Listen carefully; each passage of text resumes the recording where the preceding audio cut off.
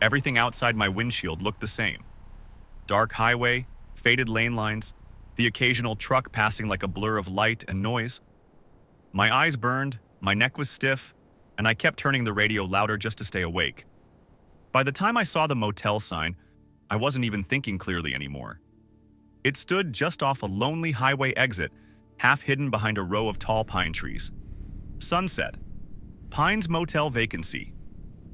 A few letters were burned out, and the sign buzzed weakly in the dark. The place looked old. Not charming old, abandoned old. But I was too tired to care. The parking lot was wet from recent rain, and the yellow lights above the rooms made the pavement shine in dull patches. There were only a few vehicles parked outside. An old pickup, or a dark sedan, and a rusted van near the far end. I grabbed my wallet and went into the office. Inside smelled like stale coffee and old carpet. A tiny TV in the corner played the news with no sound. Behind the counter sat an old man in a brown sweater, staring at something I couldn't see. He looked up slowly when I walked in. "You need a room?" he asked. "Yeah," I said. "Just for one night." He didn't answer right away. He just looked at me for a second too long, then reached behind him and took down a key. Not a key card, a real key. He placed it on the counter. "Room 17. I handed him my card. "Cash only," he said. That annoyed me, but I was too tired to argue. I paid cash, signed the paper, and reached for the key, but he kept his fingers on it. Then he said very calmly, "If you hear knocking tonight, I don't open the door."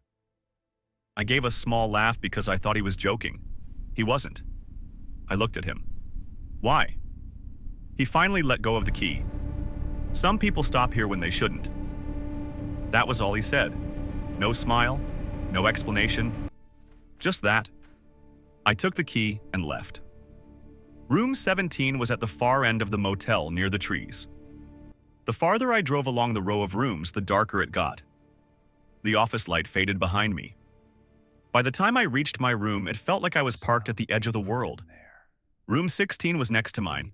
Its curtains were closed, but I could see a faint line of light underneath the door. At least someone else was awake. That made me feel a little better. I got out, grabbed my duffel bag, and unlocked the door to room 17. The room was small and outdated. One bed, one lamp, a dresser with an old TV. On beige walls, stained near the ceiling. The air smelled slightly damp, like the room had been closed up too long. Still, it had a bed and a lock. That was enough for me. I know you're in there. I shut the door, locked it, and set my bag down. Please, just listen. Then I noticed the chain lock above the handle. Don't be afraid. It was broken. Open. The metal plate hung loose, with one screw half ripped out of the wood.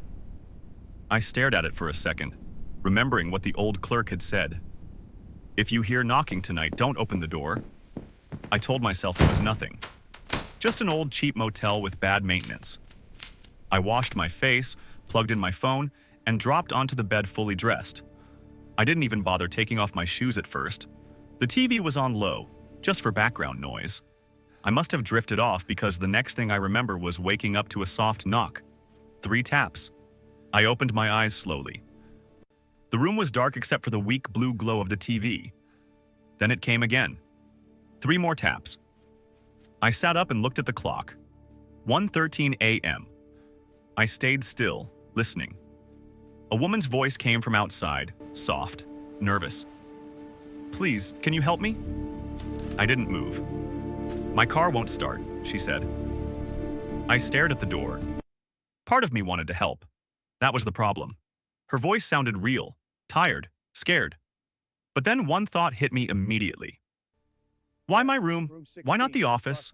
Why not the room next door? Why come all the way to the last room at the end of the motel? I got off the bed quietly and walked to the window. I pulled the curtain aside just a little. The walkway outside looked empty. No woman, no shadow. No one standing near my door. Then the voice came again, this time closer. I know you're awake." My hand slipped off the curtain. A cold pressure settled in my chest. I looked back toward the door. And very slowly, the doorknob began to move.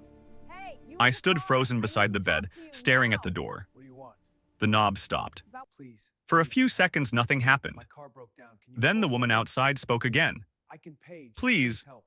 I just need to use your phone. Come on, man. Her voice sounded different now. Less scared, calmer. That made my stomach tighten.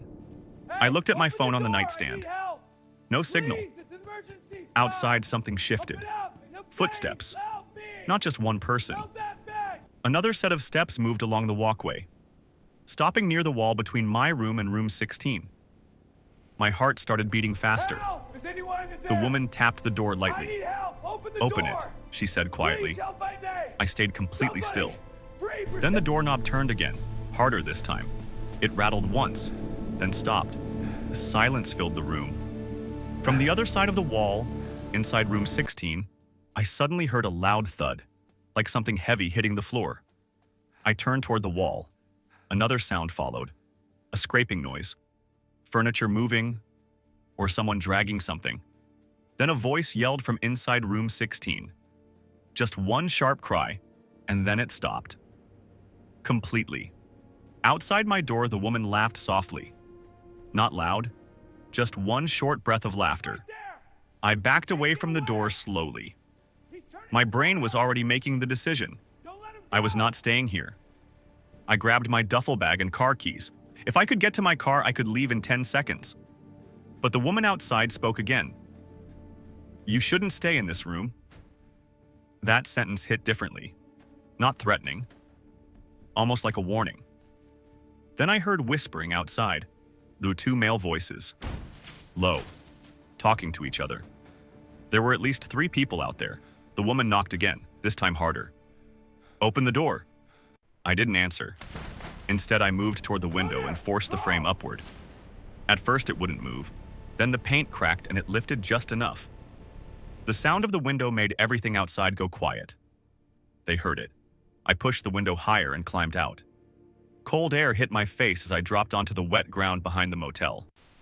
The back of the building was almost completely dark. Only a weak light near the corner gave any visibility. I crouched below the window, listening. Inside my room, the TV still glowed faintly. Then the door burst open. Wood cracked. Someone had forced it. Heavy footsteps rushed inside. Where is he? A man's voice said. Another voice answered, angry. He was just here. I didn't wait. I ran along the back wall of the motel toward the front parking lot.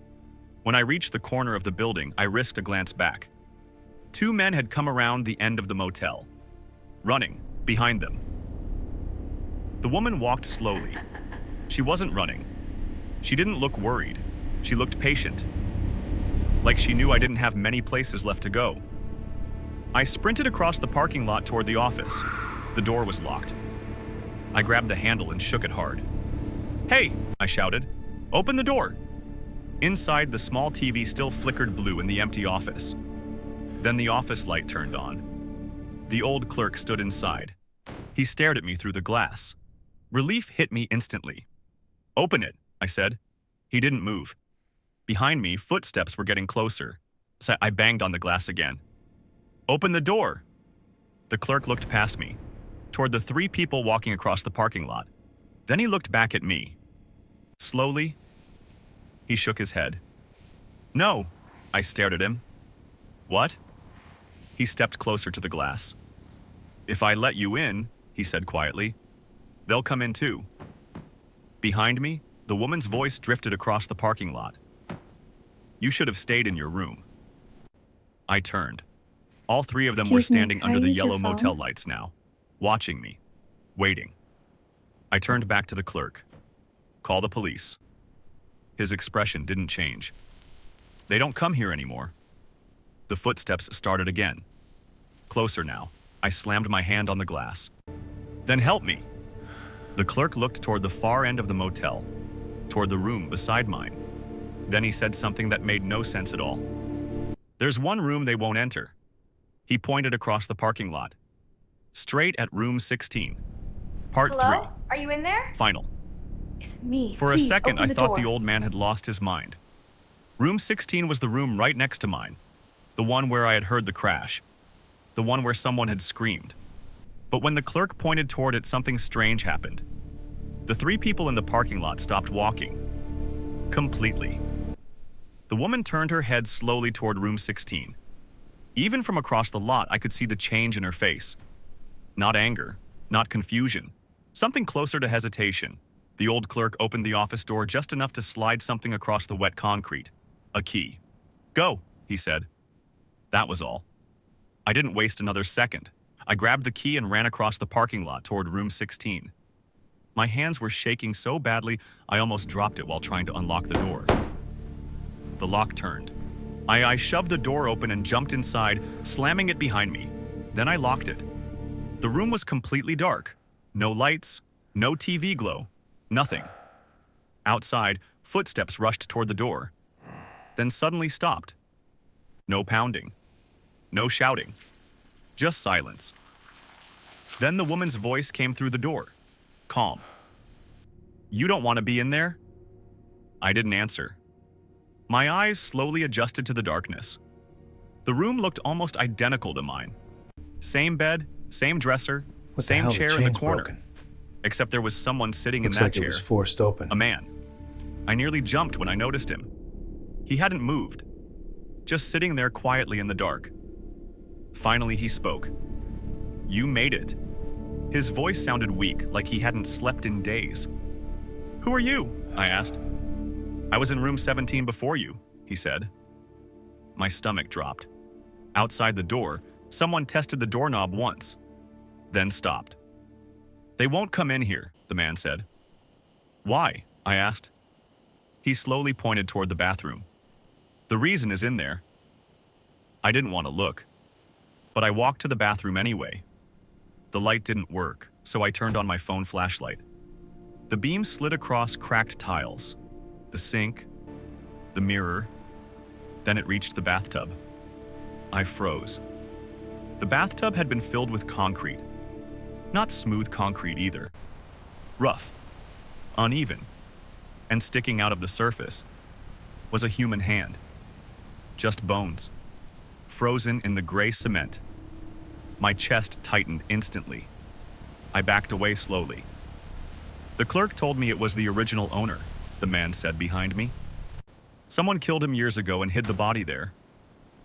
Outside the door, the woman knocked again. Just once. We can wait," she said. The man in the chair laughed quietly. "They always say that." Suddenly, a loud crack came from the bathroom. I turned back toward it. The mirror had split down the middle, a thin crack spreading slowly across the glass. Then something moved in the tub, just a slight shift in the concrete, like pressure underneath it. Outside, the people at the door backed away. I heard their footsteps quickly retreat across the walkway. The woman's voice changed for the first time. Real fear. "Leave," she said to the others. Another dull thump came from the bathtub. The bathroom door creaked open slowly by itself. Cold air spilled into the room. My flashlight trembled in my hand. Then, a wet gray handprint appeared on the carpet outside the bathroom. The footsteps outside ran across the parking lot, and all three of them, running. The woman actually screamed as they disappeared into the darkness. Within seconds, the motel lot was silent again. The man beside me exhaled slowly.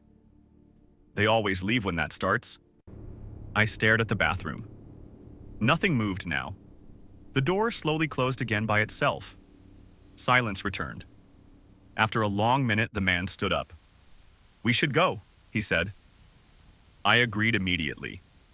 We opened the door carefully. The parking lot was empty. No sign of the woman. No sign of the two men. Even the office light was off now. The old clerk was gone. We didn't waste time. I started my car and the man got in the passenger seat. We drove out of the motel parking lot and back onto the highway without saying a word. And only when the motel lights disappeared in the distance did the tension finally start leaving my body. After a few minutes, I asked him his name. "Daniel," he said. "Aaron," I replied. Neither of us talked much after that. I dropped him at a gas station an hour later. We exchanged numbers just in case. A week passed. Then another.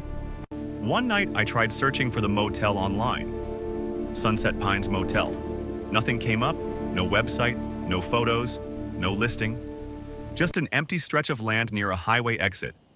like the motel had never existed. I convinced myself I must have remembered the name wrong. Until one night my phone buzzed. A message from Daniel. He had sent a photo. A motel key lying on a table. The brass tag attached to it had one number engraved on it. 17. A second message came right after.